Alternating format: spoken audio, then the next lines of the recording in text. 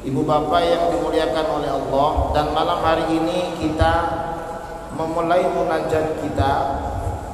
Tetapi rangkaian acara pada malam hari ini kita adakan halal bihalal, dalam rangka silaturahim kita di antara jamaah, memulai pengajian kita yang sempat kita tawakufkan selama bulan suci Ramadan. Nah, oleh karena itu pada malam hari ini, sebelum kita makan nasi kebuli, karena nanti ada makan nasi kebuli, ada minumnya, ada buah-buahannya, dan ada kopi bersamanya. Nah, siapa yang pulang duluan sebelum selesai acara ini nanti tidak kebagian nasi kebuli. Nah, oleh karena itu bertahan sampai selesai acara. Nah, ibu bapak yang dimuliakan oleh Allah Subhanahu wa taala, berkaitan dengan itu saya ingin berkisah bahwa di dalam Al-Qur'an dikisahkan ada seorang perempuan tua. Perempuan itu bahasa kitanya apa? Nenek-nenek. Kalau yang laki-lakinya laki-laki tua, bahasa kitanya kakek-kakek. Nah, tapi yang disampaikan oleh Allah Subhanahu wa taala dalam Al-Qur'an adalah ada seorang wanita tua, dan wanita tua ini kerjaannya memintal benang satu demi satu menjadi kain yang sangat indah. Ini hebat. Dalam bayangan kita, ibu bapak sekalian, yang namanya nenek itu adalah biasanya matanya rabun, bahkan matanya buta, tidak bisa melihat. Itu dalam pandangan kita. Yang namanya seorang nenek itu kulitnya keriput, wajahnya keriput. Yang namanya seorang nenek biasanya giginya pada rontok, orang bilangnya ompong atau metik, udah gak ada giginya. Kalau ada giginya kan manual gitu ya, kalau nggak ada berarti metik. Nah, yang luar biasa, dalam keadaan matanya rabun, dalam keadaannya kulitnya keriput, dalam keadaan kakinya gemetar, dalam keadaan dia kalau berdiri susah, mau berjalan saja dituntun ini nenek. Rambutnya sudah pada putih, orang bilangnya berubat. Dan yang luar biasa, dalam keadaan lemah, letih ini seorang nenek, dia memintal benang menjadi kain yang sangat indah. Coba bayangin Pak, matanya rabun, jari jemarinya gemetar, badannya lemah, letih, lesu dia mengambil benang. Benang itu keras apa lemas? Benang itu lemas. Tetapi dia mengambil jarum. Jarum lubangnya kecil apa besar? Kecil. Dia mengambil benang, dia masukkan ke dalam lubang jarum yang kecil. Dia lakukan dengan susah payah. Dia berusaha semaksimal mungkin, padahal matanya buta, kulitnya keriput, giginya ompong, badannya lemas, rambutnya. Sini ada nenek-nenek. Jemaah kita di belakang ada nenek-nenek. Kalau kakek-kakek jangan ditanya, saya sudah mulai kelihatan. Semua kita ini calon kakek-kakek, calon itu kalau umurnya panjang Pak. Semoga umur kita dipanjangin oleh Allah Subhanahu wa taala. Tapi harus sehat walafiat. Begitu kain yang sudah sangat indah itu jemaah sekalian, yang dia berusaha semaksimal mungkin meminta dari benang satu demi satu menjadi kain yang sangat indah. Itu kainnya enggak dijual dengan harga mahal. Tuh kalau Pak Khotib punya kain yang mahal pasti dijual. Pasti dijual. Itu kain tidak dijual dengan harga mahal, enggak ditawarkan ke pejabat, enggak ditawarkan kepada orang-orang kaya, kepada para pengusaha, padahal hasil keringatnya, yang dibangun dengan susah payah. Begitu jadi ini kain jemaah sekalian dirusakkan kembali oleh si nenek ini. Begitu jadi kain yang dia bikin, begitu jadi kain yang bagus tersebut dirusakkan kembali, dicerai-beraikan kembali menjadi benang satu demi satu kembali. Ini kira-kira orang kayak gini orang waras apa orang waras ya? Ini biasanya orang gila jemaah sekalian kita bilang. Sudah dibikin dengan susah payah, semaksimal mungkin dia berusaha, begitu sudah jadi dirusakin lagi itu kain. Ini orang gila rupanya. Maka Allah ingatkan kepada kita dalam Al-Quran, wala takunu kalladzina ghadaqu min ba'di quwwatin angkatha. Janganlah kamu seperti nenek yang memintal benang menjadi kain yang indah, lalu dirusakkan kembali, dicerai-beraikan kembali. Dilarang keras oleh Allah Subhanahu wa taala dalam Al-Qur'an. Nah, apa yang bisa kita ambil jemaah sekalian? Minimal 2 hal pada malam hari ini. Pertama, kita sudah berpuasa selama 1 bulan. Tentu siang hari, malam harinya jangan puasa. Kita tentu selama bulan suci Ramadan kemarin kita puasa. Kita nahan rasa haus dalam diri, kita nahan rasa lapar dalam diri, kita nahan berbagai macam hawa nafsu dalam diri. Saking laparnya kita, saking hausnya kita, gemetaran badan kita, jari jemari kita gemetaran, lemah kita, letih kita, lesu kita, karena kita menghambakan diri pada Allah Subhanahu wa taala. Karena kita sedang beribadah kepada Allah, kita pertahankan amalia kita selama bulan suci Ramadan. Kita qiyamul lail, kita sholat taraweh, kita baca Quran, kita sedekah, kita infak, kita nahan hati semaksimal mungkin kita lakukan. Ingat, begitu masuk bulan Syawal sampai selama 11 bulan ke depan, jangan lagi dirusak amalia puasa kita, jangan lagi dirusak amalia baca Quran kita, jangan lagi dirusak amalia qiyamul lail kita, jangan lagi dirusak amalia sedekah infak kita. Kalau kita rusak dengan maksiat-maksiat yang kita lakukan, berarti kita orang gila kayak si nenek tua tadi. Maka pertahankan amalia puasa kita. Nilai puasa kita pertahankan selama 11 bulan ke depan. Qiyamul lail kita pertahankan selama 11 bulan ke depan. Pahala kita pertahankan, jangan dirusak. Dan kita di masjid ini tetap kita syiarkan untuk sholat yang 5 waktu. Karena selama bulan suci Ramadan kita semangat ibadahnya luar biasa di masjid ini. Selama 5 waktu kita tidak alfa. Maka keluar bulan suci Ramadan, jangan lagi dirusak dengan kemaksiatan kita pertahankan untuk ibadah kepada Allah Subhanahu wa taala. Itulah yang disampaikan sama ketua DKM masjid tadi. Jadi kalau ada yang maksiat lagi sekarang, kalau ada yang berbuat dosa lagi sekarang, kalau ada orang yang tidak puasa lagi, tidak sholat lagi, tidak baca Quran lagi, tidak zikir lagi, tidak pengajian lagi, tidak sedekah, tidak zakar lagi, tidak zakat lagi, bisa jadi kita seperti orang gila. Hilanglah pahala kebaikan kita yang kita bangun selama bulan suci Ramadan. Yang kedua, yang bisa kita ambil dari kisah nenek tadi adalah bahwa hidup ini tidak boleh bercerai-berai. Hidup ini tidak boleh saling bermusuhan. Hidup ini tidak boleh saling bertikai. Hidup ini tidak boleh saling menghina, saling memfitnah, saling mencaci maki, saling mendolimi.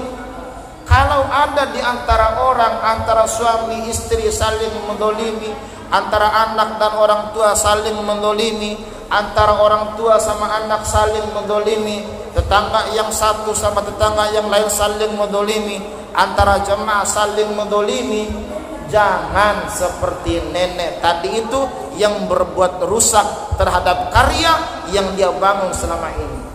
Nah, jemaah yang dimuliakan Allah Subhanahu wa taala, maka dalam momen halal bihalal ini adalah bangun kembali kebersamaan kita, bangun kembali persaudaraan kita, bangun kembali dalam hidup rukun kita. Jangan lagi ada yang bermusuhan di antara sesama, saling maaf memaafkan, saling halal menghalalkan, bukan haram mengharamkan, tapi halal menghalalkan. Itulah arti makna halal bi halal.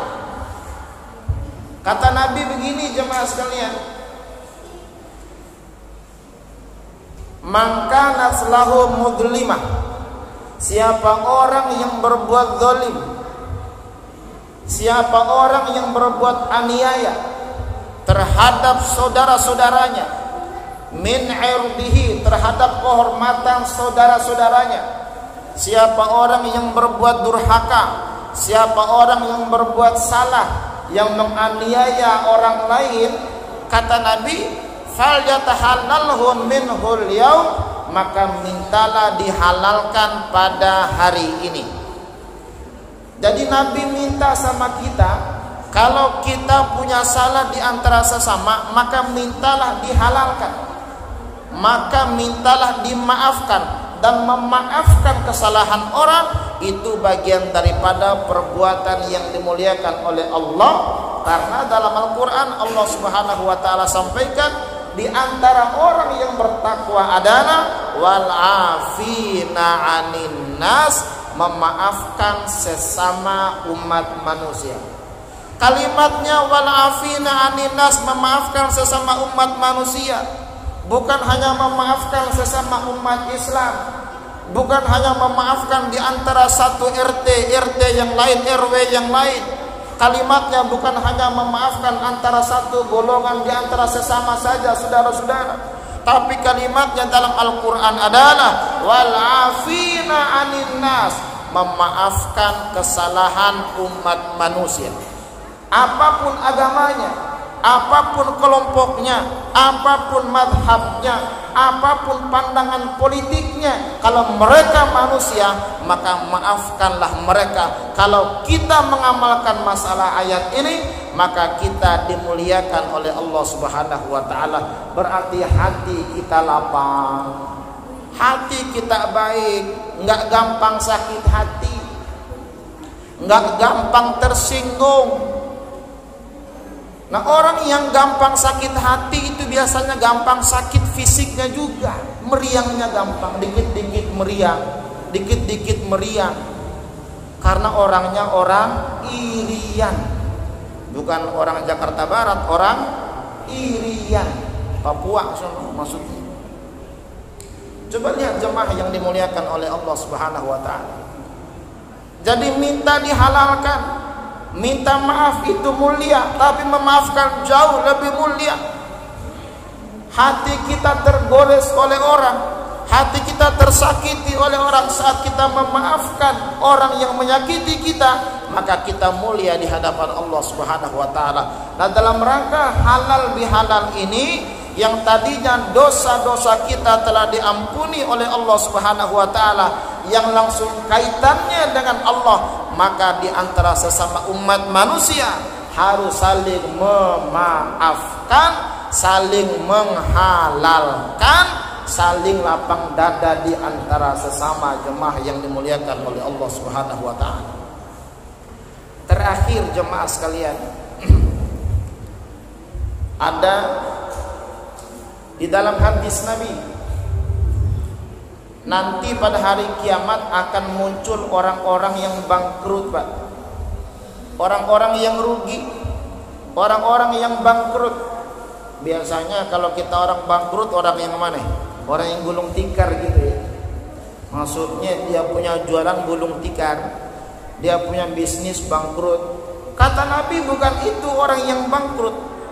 Maka dalam salah satu hadisnya, Baginda Rasul bertanya kepada para sahabatnya, kalian tahu nggak wahai para sahabatku, siapakah orang-orang yang bangkrut itu?